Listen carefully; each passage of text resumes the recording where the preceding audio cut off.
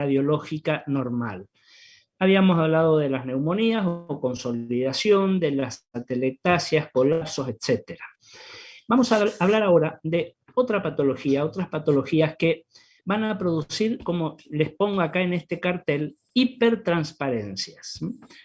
Quiero que se entienda bien este tema. Si yo hablo de una hipertransparencia, estoy hablando de algo muy transparente, ¿verdad? Eso no queda dudas. Lo transparente, lo radiotransparente, lo radiolúcido, en radiología, recuerden, lo vemos negro, porque ponemos como ejemplo la densidad aire. Acuérdense que esa densidad aire que es negra, la del pulmón normal, por ejemplo, vamos a hablar de imágenes radiolúcidas o radiotransparentes. Por lo tanto, si hablamos de hipertransparencia, hablamos de imágenes que van a ser más radiotransparentes, es decir, más negras. También las van a encontrar como hiperclaridades. Pero recuerden, por favor, porque acá se suele plantear la confusión. Cuando yo digo claridad, radiológicamente hablando, estoy hablando del aire, y el aire es negro. Entonces, lo claro, radiológicamente, es negro. ¿Se entiende? No quiero que esto parezca así un juego de palabras. Esta es la concepción que tenemos que tener. Cuando hablamos de hipertransparencia o de hiperclaridad, hablamos de imágenes muy negras, más que la densidad aire normal del pulmón. Y cuando hablamos de hipertransparencias, yo les voy a referir dos situaciones. Una que es una patología pulmonar y la otra que será una patología pleural, que también tiene que ver con un compromiso pulmonar, pero es pleural. En primer lugar, vamos a abordar la patología pulmonar que me va a dar una hipertransparencia típica, clásica, ejemplo representativo, que es el enfisema pulmonar. Nosotros sabemos que el enfisema pulmonar es una enfermedad pulmonar crónica que pertenece a un grupo de patologías que habitualmente las denominamos EPOC, ¿de acuerdo? EPOC quiere decir enfermedades pulmonares obstructivas crónicas.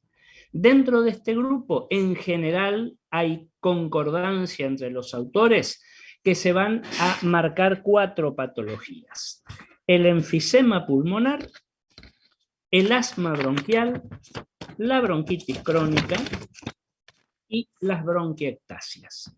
Yo les diría que como ejemplo de enfermedad pulmonar obstructiva crónica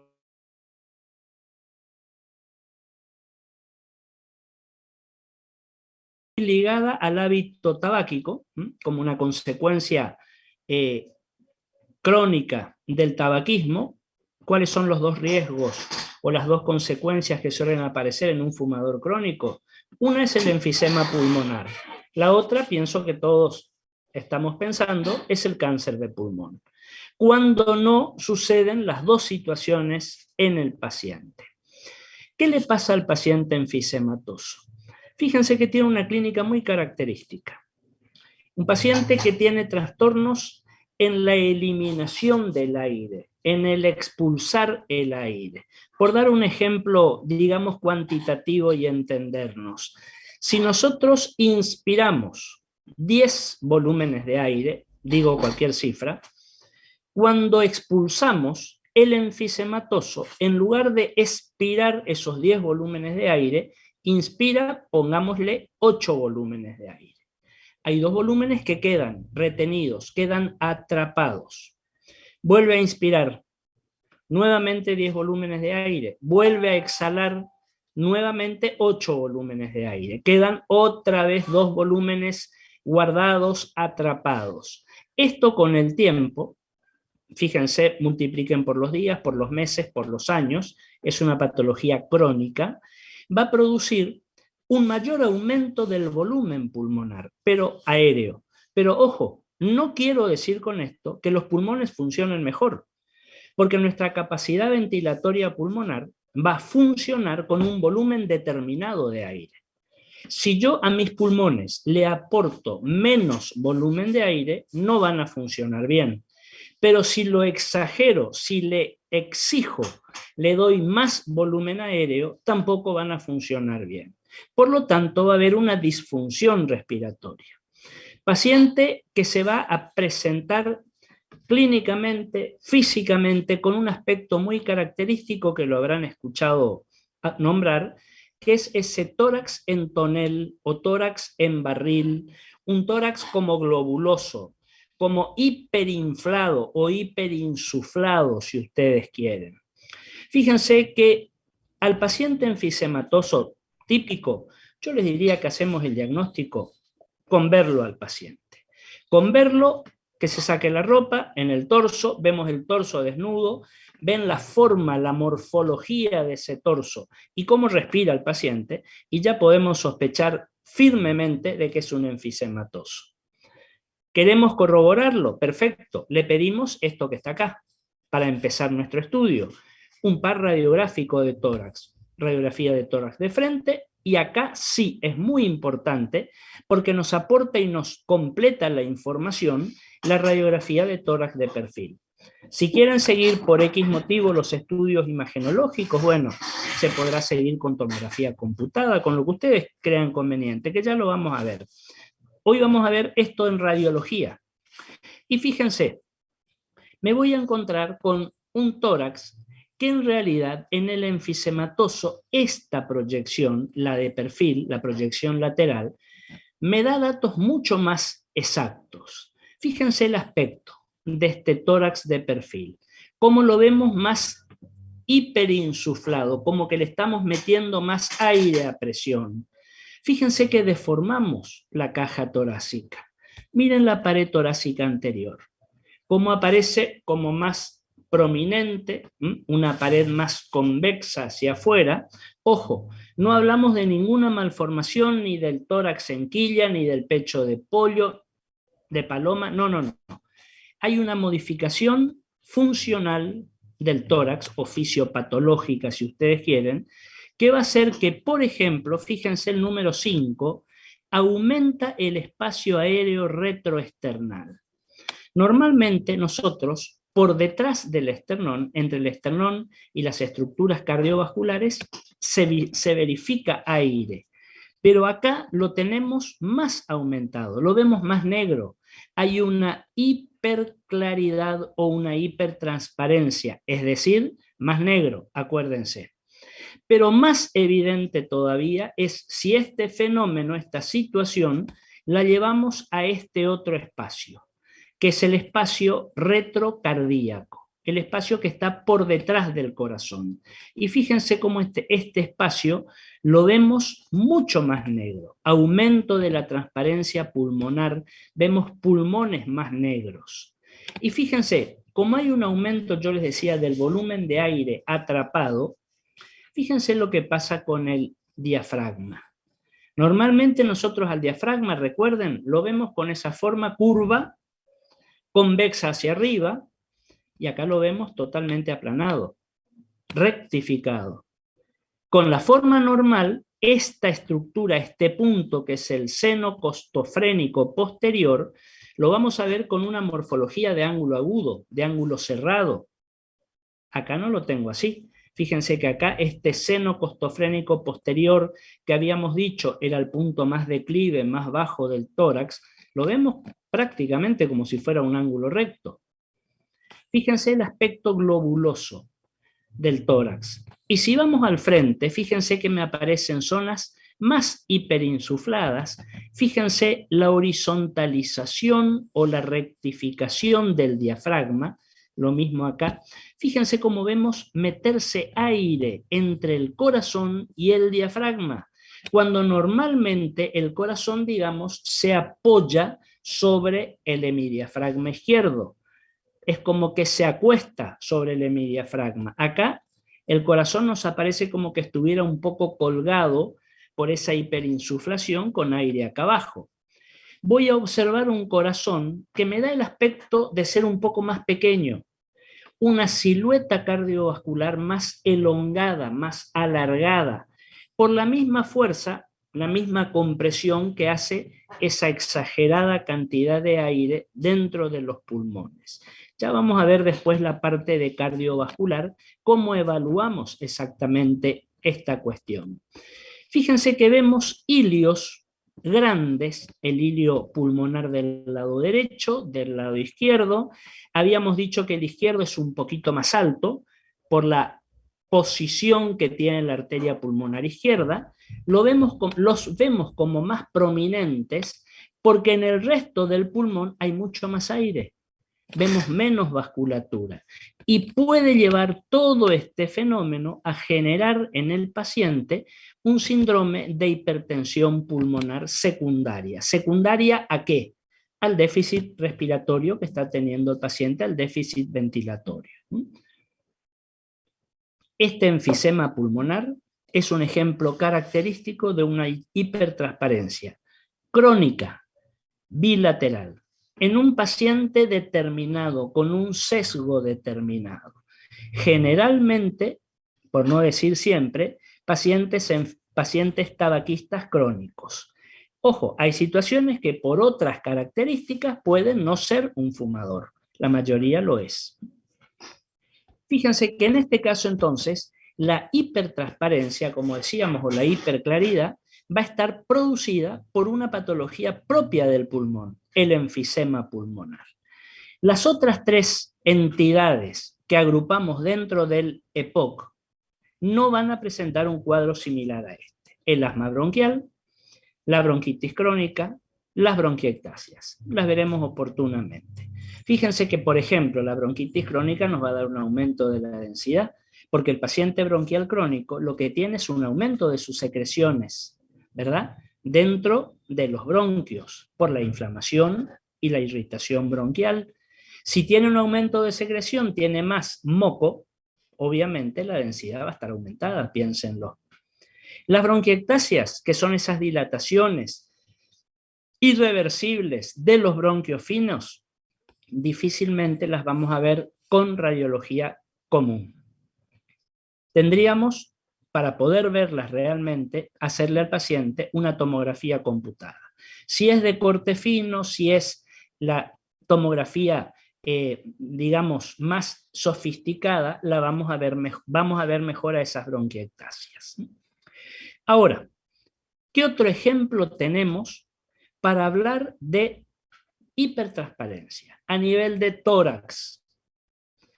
Y vamos a hablar un poquito, les quiero presentar esta otra entidad que es el neumotórax. Y esta es la otra causa de hipertransparencia, pero de origen pleural, no es pulmonar. El pulmón se va a resentir como consecuencia, pero el inicio de la patología, la causa es pleural. ¿Qué es un neumotórax? Seguramente lo habrán escuchado hablar, lo conocerán, etc. Fíjense que si yo digo o desarmo esta palabra neumotórax, yo estaría diciendo aire en el tórax. Y ustedes me dirán, ¿y qué tiene eso de patológico? Si normalmente dentro del tórax, dentro de los pulmones, tengo que tener aire. Pero acá se refiere a aire, pero en el espacio pleural. ¿Se acuerdan cuando habíamos hablado del continente, del contenido, etcétera, en el tórax normal? Que habíamos marcado ese espacio pleural que iba a estar delimitado por las dos hojas pleurales, por la pleura visceral y por la pleura parietal. Decíamos que en condiciones normales es un espacio irreal, no existe, por así decirlo. Sí se iba a ser real cuando ese espacio iba a verse ocupado por alguna situación. Dos entidades lo pueden ocupar: aire o líquido. Cuando hablamos de espacio pleural ocupado por aire, vamos a hablar de esto que está acá, de un neumotórax.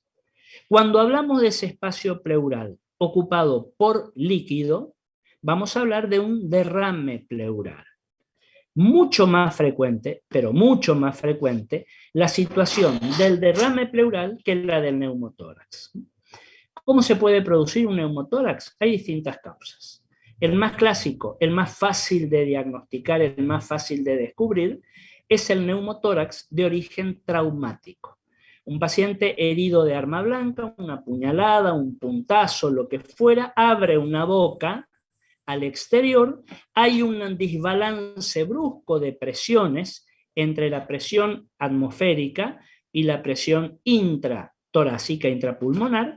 Entonces, en ese desbalance brusco se mete aire en el espacio pleural. ¿Y qué va a pasar? ¿Cuál es la consecuencia pulmonar de esta alteración pleural? Fíjense esta línea de puntos colorados que yo les pongo por acá. Fíjense que por fuera de esta línea de puntos colorados, sobre todo en esta región acá con el número 2, observo una hipertransparencia, hiperclaridad, es decir, pulmón más negro, fíjense acá también, y no vemos vasos pulmonares. Pero sin embargo, acá sí vemos vasculatura pulmonar. ¿Dónde está el pulmón? Y el pulmón está acá, por dentro de esta línea de puntos colorados. Esta línea a mí me está marcando la presencia de la pleura visceral que está acompañando al pulmón que se está colapsando. La pleura parietal queda pegada a la pared. La pleura visceral acompaña al pulmón que se va colapsando. El espacio que queda con aire entre las dos hojas pleurales es el espacio donde se va a instalar el neumotórax.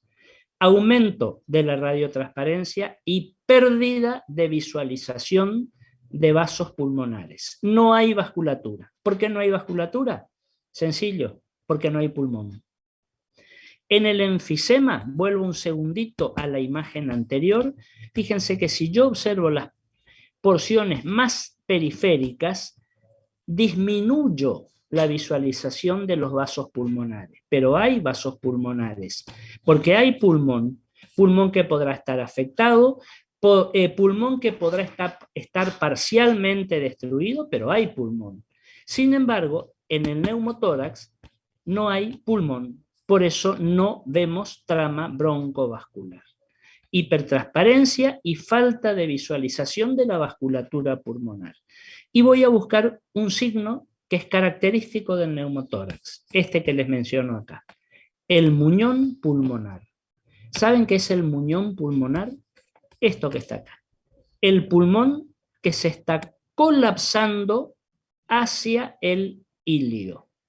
Un pulmón que se está colapsando hacia el ilio. Podrá ser de mayor volumen, ese muñón, o de menor volumen, dependiendo de la intensidad y de la severidad del neumotórax. Por supuesto, puede llegar a convertirse en una urgencia. Esto hay que tratar de solucionar, hay que volver a reexpandir este pulmón, porque si no, este pulmón no funcionante va a complicar o a comprometer la función ventilatoria, que el otro pulmón sano tratará de compensar. Pero llega un momento en que va a decir, yo no puedo seguir bancando a este otro, a mi compañero que no está trabajando, que no está funcionando. Esta es una situación que hay que revertirla rápidamente. En algunos casos es una urgencia respiratoria, o me animaría a decir una emergencia respiratoria. ¿Todos los neumotórax son postraumáticos? No. Hay neumotórax mal llamados espontáneos. ¿Cómo? Les digo mal llamados espontáneos porque ningún neumotórax se produce porque sí, sin una causa. Todos tienen una causa. Parece que hay un micrófono abierto, si lo pueden apagar. O si tienen una pregunta, sí, por supuesto, háganla. Les decía, ese mal llamado neumotórax espontáneo lo vamos a atraumático. Es un neumotórax que la causa que lo produjo no es un traumatismo. Un paciente enfisema se destruye. Por favor, el micrófono que está abierto, apáguenlo. Les decía, un paciente enfisematoso que se destruye parte del pulmón y ese aire que se liberó de alguna bulla enfisematosa puede lesionar la pleura y pasa al espacio pleural. Vamos a tener un neumotórax no traumático o atraumático, seguramente de menor volumen y, ojo, más difícil de encontrarlo. tenemos que buscarlo detalladamente. Ahora, hay neumotórax que son sumamente evidentes. Les pongo este ejemplo. Fíjense esta radiografía. Acá me dice neumotórax, como ya hablábamos, hipertensivo. Aclaración, no quiero que se confunda. Este término hipertensivo, que lo van a encontrar, no tiene nada que ver con la hipertensión arterial. No se refiere a que el paciente sea un hipertenso, no. Hipertensivo porque la tensión, la presión que me está haciendo ese neumotórax es muy marcada. Entonces fíjense con qué me encuentro. Este sí es una urgencia respiratoria. Fíjense este hemitórax derecho de esta mujer. Digo esta mujer porque fíjense que estamos viendo sombras mamarias. Fíjense este hemitórax, absolutamente hipertransparente, hiperlúcido, muy negro. Ustedes acá ven vasculatura, vemos vasos pulmonares, vemos pulmón. Fíjense que no hay pulmón. ¿Y qué pasó el pulmón? Me dice, un colapso completo, no hay muñón. A ver, cuando decimos no hay muñón, lo que queremos decir es no visualizamos el muñón. Pero el muñón tiene que estar. Piensen ustedes que el pulmón no puede desaparecer porque sí, como por arte de magia. ¿Dónde está el muñón? Es tan chiquito el muñón y el pulmón quedó reducido tan a su mínima expresión, porque prácticamente colapsó totalmente, más la tensión, la fuerza de este neumotórax, que el muñón se va a esconder por detrás del corazón. Es como que se va a meter en el mediastino, por detrás del corazón. Y fíjense el desplazamiento contralateral del mediastino. Fíjense dónde viene la tráquea, fíjense dónde está el corazón. Estoy viendo la columna vertebral desnuda, ese signo del raquis desnudo que habíamos mencionado, por un desplazamiento contralateral violento, agudo del mediastino.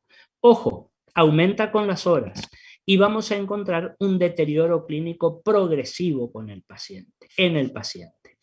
Una situación que tenemos que tratar de solucionarla lo antes posible. El paciente va a estar con un distrés respiratorio muy marcado, una disnea muy comprometedora. Esto es lo que vemos radiológicamente. Si ustedes me esperan un segundito, quiero ver si acá en este mismo Power tengo una imagen en tomografía computada. Si no está acá, ya la vamos a ver después. No hay problema. Pero si la tengo por acá, quisiera verla, quisiera mostrárselas ahora. A ver, no, creo que no es en este Power. No, no importa. Ya la vamos a ver después, un poquito más adelante. Entonces, este es un neumotórax grave, agudo. Grave por la intensidad, agudo por la evolución. Y fíjense cómo con una buena radiografía de tórax hacemos el diagnóstico perfectamente. No vemos el muñón. Les vuelvo a repetir, no es que no hay muñón, no lo vemos, que es distinto, porque está escondido acá en la zona retromediastinal. El neumotórax, entonces, es la situación en la que vamos a encontrar aire en el espacio pleural. Ese espacio que en condiciones normales era virtual, pero acá se hizo real. Y yo les dije hace un momento, la otra situación de ocupación del espacio pleural es cuando se mete líquido, es decir, un derrame pleural. Acá lo tienen. ¿Qué líquido? Variedad.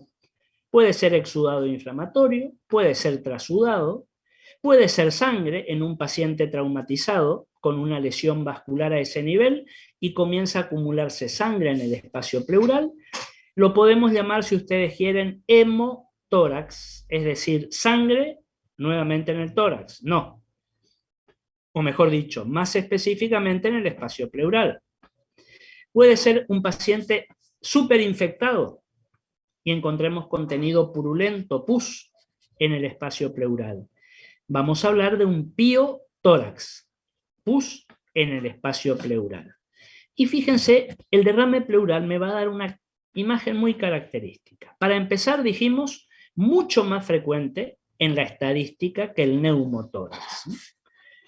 Me va a dar una imagen absolutamente radiodensa, neumotórax radiolúcido, derrame pleural radiodenso, radiopaco, porque el líquido suma densidad, pero muy radiopaco. Y otra cuestión, fíjense por favor, una opacidad absolutamente homogénea, pareja, totalmente blanca, pareja. No tengo zonas más o menos densas.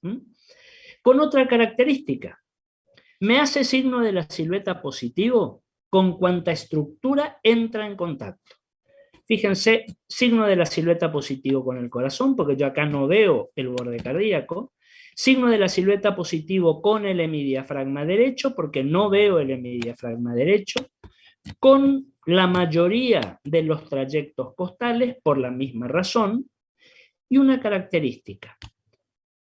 Tiene un límite superior que es curvo, así, y cóncavo hacia arriba.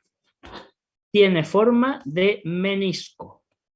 Esto es lo que vamos a llamar signo del menisco, característico del derrame pleural. Lo vamos a ver siempre y cuando el líquido en el espacio pleural no ocupe la totalidad del espacio pleural. Si el espacio pleural está totalmente ocupado por líquido de abajo hasta arriba, vamos a tener un hemitórax denso y no vamos a tener menisco, porque el líquido ocupa todo el espacio. En este caso, fíjense que es un derrame pleural entre moderado y severo, porque fíjense que me está ocupando gran parte de este hemitórax derecho. No todos se van a comportar iguales. Fíjense este otro ejemplo que les pongo de derrame pleural. Acá nos está afectando el otro hemitórax, el izquierdo. Acá lo tienen. Con una menor cantidad, un menor volumen de líquido. Siempre mantiene su forma de menisco, el signo del menisco. Siempre me va a aparecer como una densidad o una opacidad densa, homogénea. Borra el diafragma, borra el corazón, borra la pared costal, porque el líquido está envolviendo toda la zona, todos entran en contacto con todas las estructuras anatómicas que tenemos por ahí, y es un derrame del hemitórax izquierdo más leve que en el caso anterior. Cuando hablamos de neumotórax y cuando hablamos de derrame pleural, hablamos de, vuelvo a decirles, patología de la pleura. Por lo tanto, vamos a referirnos como, por ejemplo, en este caso, un derrame pleural en el hemitórax izquierdo. Nunca digamos un derrame pleural en el pulmón derecho, porque no es pulmonar, es pleural. Así como cuando hablamos de neumotórax, hablamos de un neumotórax en el hemitórax derecho o izquierdo, no un neumotórax en el pulmón derecho o izquierdo. ¿Se entiende? Hablemos con propiedad para ser, digamos, correctos, para ser pertinentes en lo que estamos observando o en lo que estamos describiendo. Fíjense que el derrame pleural, decíamos, puede ser, como en este caso, podríamos decir leve, algunos dicen grado 1. Si me ocupa 2/3 del hemitórax, un poco como habíamos visto en el caso anterior, 2/3, podemos hablar de grado 2 moderado. Y si me ocupa la totalidad del hemitórax, podemos hablar de un derrame pleural de grado 3 o severo o grave, si ustedes quieren. Otra cuestión, el derrame pleural puede ser, como en este caso, unilateral, pero también puede ser bilateral. Lo verificamos en los dos hemitórax. Y si fuera bilateral, a su vez, puede ser simétrico o puede ser asimétrico, dependiendo de que los meniscos me aparezcan a la misma altura o uno más arriba y el otro más abajo. Causas de derrame pleural, múltiples. Causas pleurales, causas pulmonares, causas cardiovasculares, causas mediastinales, causas abdominales inclusive. Es un poco el rechazo de la pleura o del espacio pleural ante otra patología. O más que rechazo, podríamos decir es la reacción pleural normal. Fíjense que algunos autores hablan muy gráficamente de el tórax llora ante una agresión. ¿Cómo llora? Produciendo exudado inflamatorio, produciendo líquido en el espacio pleural. Se instala un derrame pleural. Ahora, podemos tener algunos otros tipos de derrames pleurales que no son tan fácilmente diagnosticables. ¿Por qué? Porque la cantidad de líquido es muy pequeña. Entonces, por ejemplo, podemos llegar a encontrar esto que está acá, al que vamos a llamar derrame pleural atípico. ¿Por qué atípico? Porque no es lo común, no es lo frecuente, no es lo típico, que suele ser el subpulmonar. Si yo digo derrame pleural subpulmonar, quiere decir que está ubicado, obviamente, en el espacio pleural, por debajo del pulmón. Es decir, entre el pulmón y el diafragma. En ese pequeñísimo espacio, ahí se acumula muy pequeña cantidad de líquido. Y me encuentro, por ejemplo, con esto. Fíjense esta región. Ojo, un tórax muy de aspecto enfisematoso, ¿eh? Fíjense el aspecto de la silueta cardiovascular, ese corazón como más afinado, que algunos llaman corazón en gota, por la forma que tiene. Fíjense el aumento de los espacios intercostales, un tórax como que fuera un poquito más angosto, pero que está inflado, hiperinflado. Y miren los hemidiafragmas. Yo no veo un menisco, no veo signo del menisco acá ni acá, pero fíjense cómo veo un aplanamiento diafragmático, que perfectamente puede corresponder a la patología enfisematosa de base que tiene el paciente. Pero ¿por qué voy a tener tanta diferencia de altura entre este hemidiafragma y este otro? Porque acá abajo tengo que sospechar de que pueda haber un derrame pleural atípico, que no llega a tener el volumen suficiente como para marcarme ese menisco. Ojo, pero sí para modificarme el seno, el ángulo y rectificarme ese límite diafragmático. Sospecho, ¿qué puedo hacerle al paciente para confirmar o descartar? Le puedo hacer dos cosas. Tengo un equipo radiológico, digamos, o tengo la posibilidad de hacer una radiografía. Le hago esto que está acá. Fíjense que es una radiografía de tórax, de frente, pero con el paciente en decúbito lateral. En esta que tienen ustedes acá, yo al paciente lo tengo acostado. Perdón, lo tengo de pie, así. ¿Qué hice para esta otra? Lo puse al paciente en decúbito lateral, apoyando el lado en el que yo sospechaba que había un pequeño derrame pleural atípico. Lo pongo de costado, espero un ratito, cosa de que si hubiera líquido libre acá, busque siempre la parte más declive. La parte más declive obviamente va a ser esta, que es el lado sobre el que el paciente se acostó. Le hago la radiografía y me encuentro con esto que está acá. Fíjense lo que nos están marcando estas dos flechitas coloradas. Marcan el nivel líquido. El líquido que estaba acá, subpulmonar, fíjense cómo se traslada por gravedad y me da esta imagen radiodensa sobre el contorno lateral derecho. Tengo el diagnóstico hecho. ¿Qué otro método puedo utilizar para descubrir esta pequeña cantidad de líquido en el espacio pleural? Le puedo hacer al paciente una ecografía. Y fíjense que yo creo que es la primera vez que mencionamos a la ecografía como sistemática de estudio en el tórax, en la parte respiratoria por lo menos. ¿Por qué razón? Porque la ecografía, ustedes saben, no maneja rayos X, como fuente energética tiene ultrasonidos.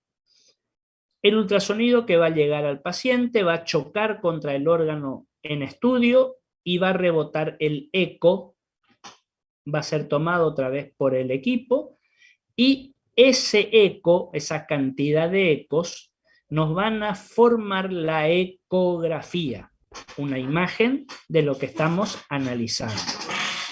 Yo no ocupo, en general, en patologías respiratorias, torácicas, ecografía, porque normalmente el tórax está lleno de aire. Y recuerden algo, los ultrasonidos no se propagan a través del aire. El aire es un pésimo conductor del ultrasonido. No tengo respuesta, no tengo eco de vuelta. Pero en este caso, en el que yo sospecho y efectivamente había líquido, fíjense que este líquido sí va a poder ser percibido perfectamente con la ecografía. Se va a apoyar el transductor en esta zona y cuando los ultrasonidos empiecen a penetrar la pared torácica, se van a encontrar con este líquido. Por lo tanto, voy a tener una buena respuesta ecoica. Voy a tener ecos que van a volver. En este caso, puedo aplicar ecografía. Aunque sea una patología pleural, sí vamos a ver, cuando veamos la parte cardiovascular, que dentro del tórax, para las estructuras cardiovasculares, sí aplico y aplico muy precisamente estudios ecográficos. Vamos a hablar de la ecocardiografía para estudiar el corazón, sus cavidades, sus paredes, su aparato valvular, sus flujos, etc. ¿Y por qué puedo hacer en el corazón ecografía? ¿Por qué puedo hacer a ese paciente una ecocardiografía? Y piensen ustedes, el corazón adentro, tiene sangre, la sangre es líquida, puedo trabajar muy bien. Y si quiero analizar los vasos, ya sean arteriales o venosos, también voy a hacer ecografía, otro tipo de ecografía, que es la que vamos a llamar, habrán escuchado, ecografía Doppler. Voy a poder hacer una ecodoppler, no un ecodoppler, porque es una ecografía Doppler para los vasos sanguíneos. ¿De acuerdo? Entonces, esto es lo que podemos encontrarnos cuando el derrame pleural es atípico. Por ejemplo, por una pequeña cantidad. ¿Qué otro derrame pleural atípico voy a tener? Uno que vamos a llamar intracisural. Pequeñita cantidad de líquido también, que se va a acumular en la cisura menor del pulmón derecho. Recuerden que el pulmón derecho tiene una cisura menor u horizontal que me divide hacia arriba el lóbulo superior y hacia abajo el lóbulo medio. Bueno, se puede acumular una pequeña cantidad acá y me va a dar esta imagen densa, fíjense, habla de forma elíptica o ovalada, como ustedes quieran, que suelen ser frecuentes en los pacientes insuficientes cardíacos. Lo que menos muchas veces, si no tengo en cuenta esto, voy a pensar en que esto sea líquido. Pienso en una neumonía, pienso en un colapso, pienso en un tumor. Bueno, ¿saben cómo se lo llama también? Tumor evanescente o fantasma, porque pensamos en que es una tumoración. ¿Y por qué evanescente? ¿Por qué fantasma? Fantasma, porque desaparece. Evanescente, porque desaparece. ¿Cómo desaparece? Y con un tratamiento médico si es un insuficiente cardíaco. Nunca un tumor real puede desaparecer con un tratamiento médico. Ustedes me dirán, sí, y la quimioterapia o la radioterapia, esas son cuestiones muy puntuales oncológicas. Pero de este tipo, o algo como este tipo, jamás. Evanescente quiere decir que se evapora, que desaparece. Fíjense que ustedes muchas veces van a utilizar en farmacología o en dermatología cremas cutáneas que son evanescentes. ¿Qué quiere decir cuando una crema es evanescente? Que nos ponemos en las manos o nos ponemos en la cara, frotamos y al cabo de un rato desapareció la crema. En parte se absorbió y en parte se evaporó. Las cremas son evanescentes. Ahora, si ustedes me dicen, me voy a colocar una pomada, eso es distinto. Porque el excipiente de la pomada, la base, es grasa. Entonces eso demora más tiempo, permanece más en superficie. La base con que se hace la crema es acuosa, por eso es evanescente. Y si quieren algo más persistente todavía, más oleoso, más graso, vamos a tener los ungüentos, que son los que permanecen muchísimo tiempo sobre la superficie dérmica. Entonces, tumor evanescente o fantasma, porque desaparece y corresponde también a un derrame pleural atípico o intracisural. ¿Dentro de qué cisura? De la cisura menor del pulmón izquierdo. Tratan a este paciente su insuficiencia cardíaca y desapareció ese derrame pleural. ¿Estamos hasta acá? Les quiero mostrar un caso más, una imagen más, y ya vamos terminando porque estamos en nuestro límite de tiempo, sobre todo para la gente que tiene que entrar a prácticos. Fíjense este caso. Hidroneumotórax. Si yo digo hidroneumotórax, estoy diciendo presencia de hidro, líquido, agua, líquido, neumo, aire, en tórax. Volvemos a aclarar, en el espacio pleural. Nosotros hablamos del neumotórax, que es aire en el espacio pleural, por un lado. Hablamos del derrame pleural, que es líquido en el espacio pleural. Bueno, ahora vamos a tener los dos elementos simultáneamente en el espacio pleural, líquido y aire. Por eso lo vamos a llamar hidroneumotórax. Y miren la imagen, el frente y el perfil. Miren el frente. Encuentro acá marcada con el número 1 un límite muy neto, muy horizontal. ¿A ustedes les parece que esto es un menisco? De ninguna manera. El menisco era curvo, cóncavo hacia arriba. Y acá yo tengo un límite, un nivel absolutamente recto y horizontal, y muy bien definido, muy bien delimitado. Esto es lo que vamos a llamar nivel hidroaéreo. Nivel hidroaéreo. Y este término, recuérdenlo, porque lo vamos a ocupar mucho cuando veamos abdomen. ¿Qué me marca a mí un nivel hidroaéreo? Presencia de líquido y aire dentro de un espacio cerrado, limitado. ¿Cuál es el espacio cerrado o limitado acá? El espacio pleural. Dentro del espacio pleural se acumuló líquido. Fíjense que este derrame pleural tiene todos los signos radiológicos del derrame pleural, salvo el menisco.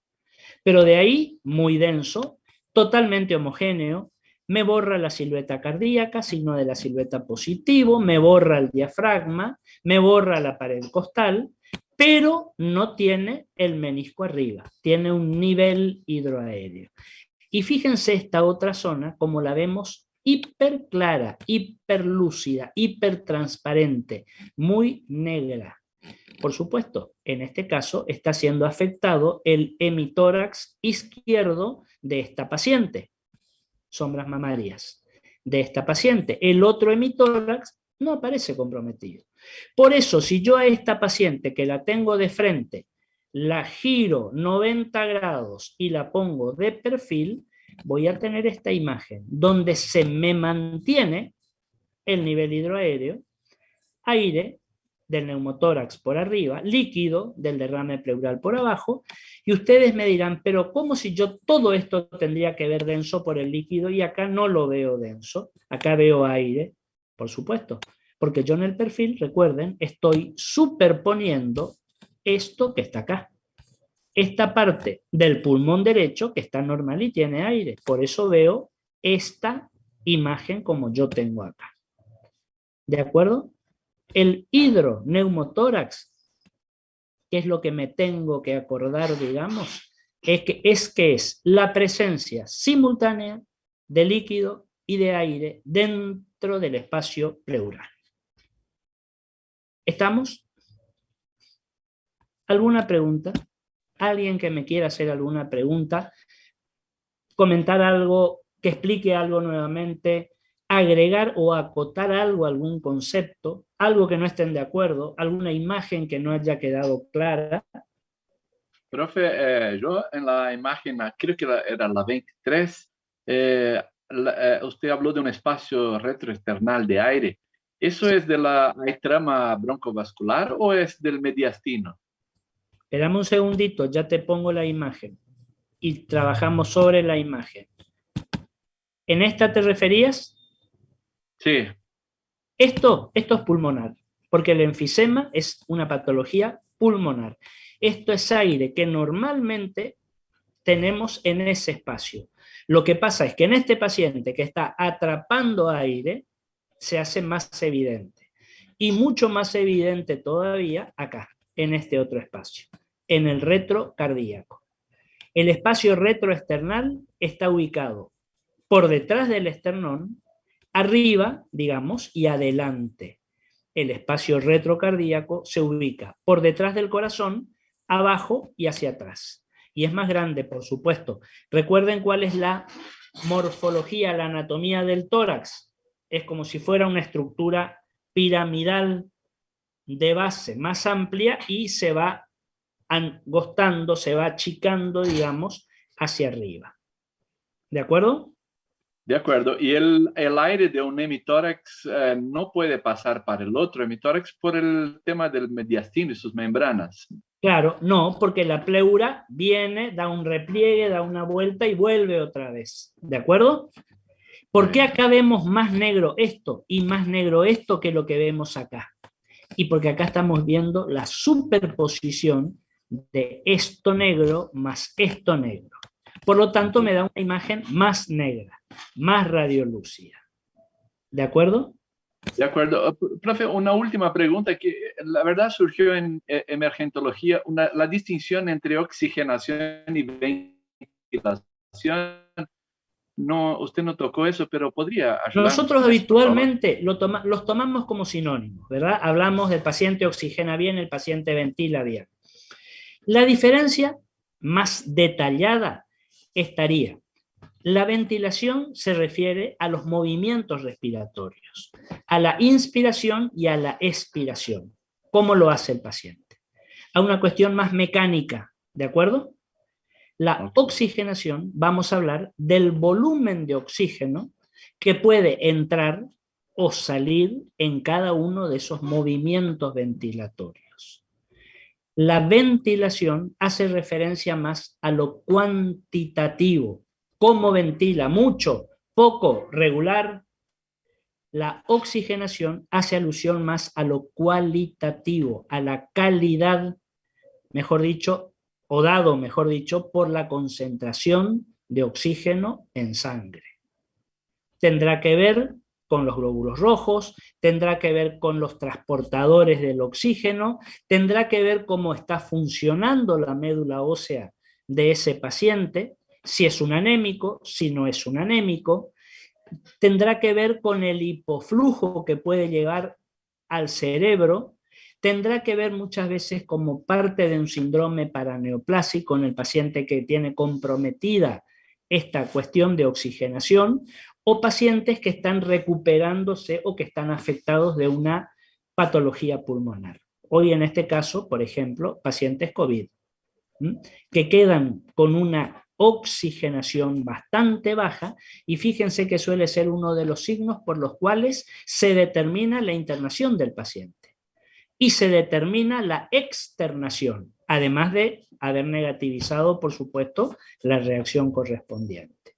La oxigenación hace alusión estrictamente a la cantidad de oxígeno que va siendo transportada por la sangre, por los glóbulos rojos, por supuesto. La ventilación hace más a lo mecánico. ¿Se entiende la diferencia? Sí, muchas gracias, Aunque claro, les bastante. vuelvo a aclarar, habitualmente se suelen tomar como sinónimos, pero específicamente tienen sus diferencias. ¿Está? Ok, muchas gracias. Sí, Doc, súper claro. Muy bien. ¿Alguna otra pregunta? No, doctor, ninguna. Bueno. Doc, yo tenía una curiosidad nada más, puede ser, disculpe. En la ¿Cómo? última foto, en la última radiografía tenía una curiosidad que era lo que tenía la paciente.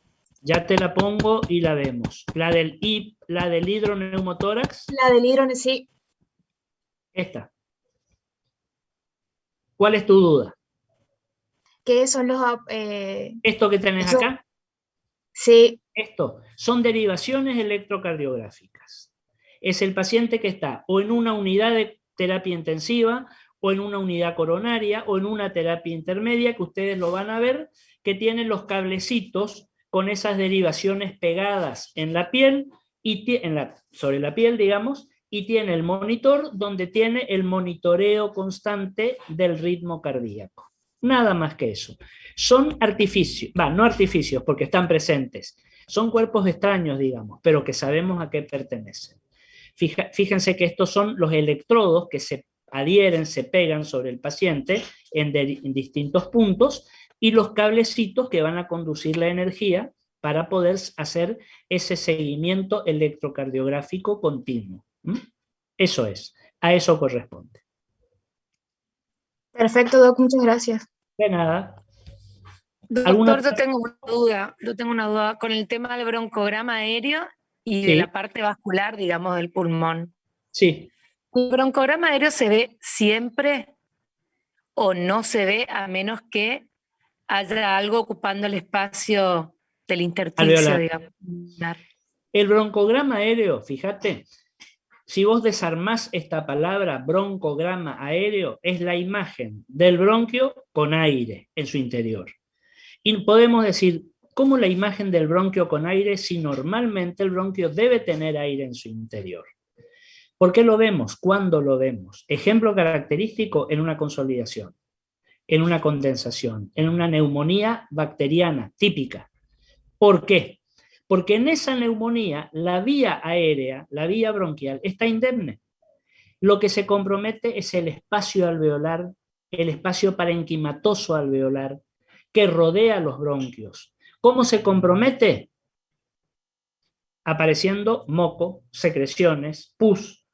Acordate que el paciente con una condensación va a toser y va a expectorar. Entonces, si yo todo el área de alrededor lo tengo densa, por la presencia de moco, de secreciones, pero el bronquio está indemne con aire, ahí lo veo, como un caminito negro, para que nos entendamos, como una imagen radiolúcida, propio de la neumonía, del patrón alveolar. Ahora, ¿todas las neumonías me van a mostrar un broncograma aéreo? Sí, pero siempre y cuando sea una neumonía y no una bronconeumonía. Porque en la bronconeumonía, que ya es un proceso un poco más agresivo, ya la producción de moco, de detritus o lo que fuera, ya la infección, digamos, el proceso infectivo, empieza a darse dentro de la vía aérea, dentro del bronquio. Entonces, si ya ese bronquio está cargado con moco, no voy a tener broncograma aéreo. ¿De acuerdo? Excelente, doctor, gracias, sí, excelente. Muy bien. Otra pregunta, si hubiera. Doctor, disculpe, a mí, por ejemplo, no me quedó claro lo de el neumotórax, ¿puede ser unilateral? El neumotórax generalmente es unilateral. Generalmente sí. Aparte, piensen una cosa, si el neumotórax fuera bilateral, que puede llegar a haber en los grandes accidentados, eso puede comprometer la vida del paciente y se puede morir el paciente, porque se van a colapsar los dos pulmones. En lugar de tener un solo muñón de un solo lado, se me colapsan los dos y tengo los dos pulmones hechos dos muñoncitos. Ese paciente se me puede morir.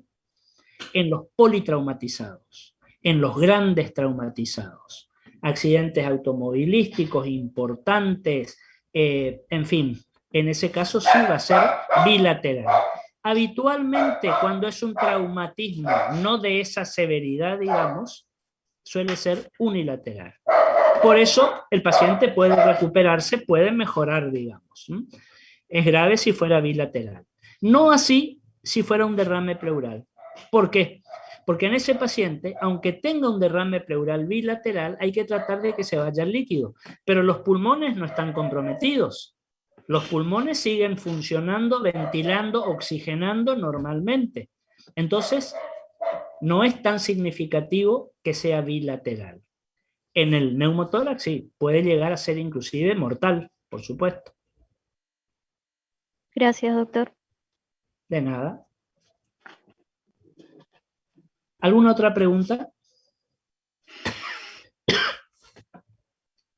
Bueno, si no hay preguntas, los libero para que la gente que vaya tenga práctico pueda ir. Y recuerden entonces, igual yo ya hablé entre clase y clase, ya hablé con el doctor Forlino por este tema, de estos días, de estos viernes que nos complican la vida. Ya va a estar todo especificado cómo se va a hacer. Va a haber actividad sincrónica, tanto para teóricos como para prácticos, pero además se grabarán las actividades para que ustedes puedan mirarlas, volver a verlas, o si el día que es feriado deciden no participar, bueno, no sé, verán la asistencia o lo que fuera, pero tienen las instancias para no perder el cursado. No podemos perder 3 fechas de cursado, de un cursado de 4 meses. Fíjense que 3 fechas es como que en el mes de septiembre hubiéramos tenido una sola clase. Me parece medio mucho, digamos. Así que a pesar del 17, por ejemplo, que es el Día del Profesor, nosotros vamos a trabajar habitualmente. Ya lo hemos hecho otros años, hemos tenido exámenes otros años en ese día, y bueno, desgraciadamente el día que nos adjudicó la facultad para nuestra actividad es el viernes. Y ustedes saben que cuando hay algún feriado o una cosa por el estilo, suele ser viernes o suele ser lunes. No podemos tomar otros días porque los otros días están adjudicados a otras materias. Es la forma en que más o menos tratamos de subsanar este inconveniente. ¿De acuerdo? Sí, doctor. Muy bien, nos vemos entonces el viernes próximo a las 4, a las 16 como siempre. Hermosa la clase, gracias. Pero muchas Excelente gracias. clase, doctor. Espero Buen que fin les de guste. Gracias a ustedes. Gracias, doc. Gracias Buen fin a de ustedes. doctor. Hermosa clase, doctor. Buen fin de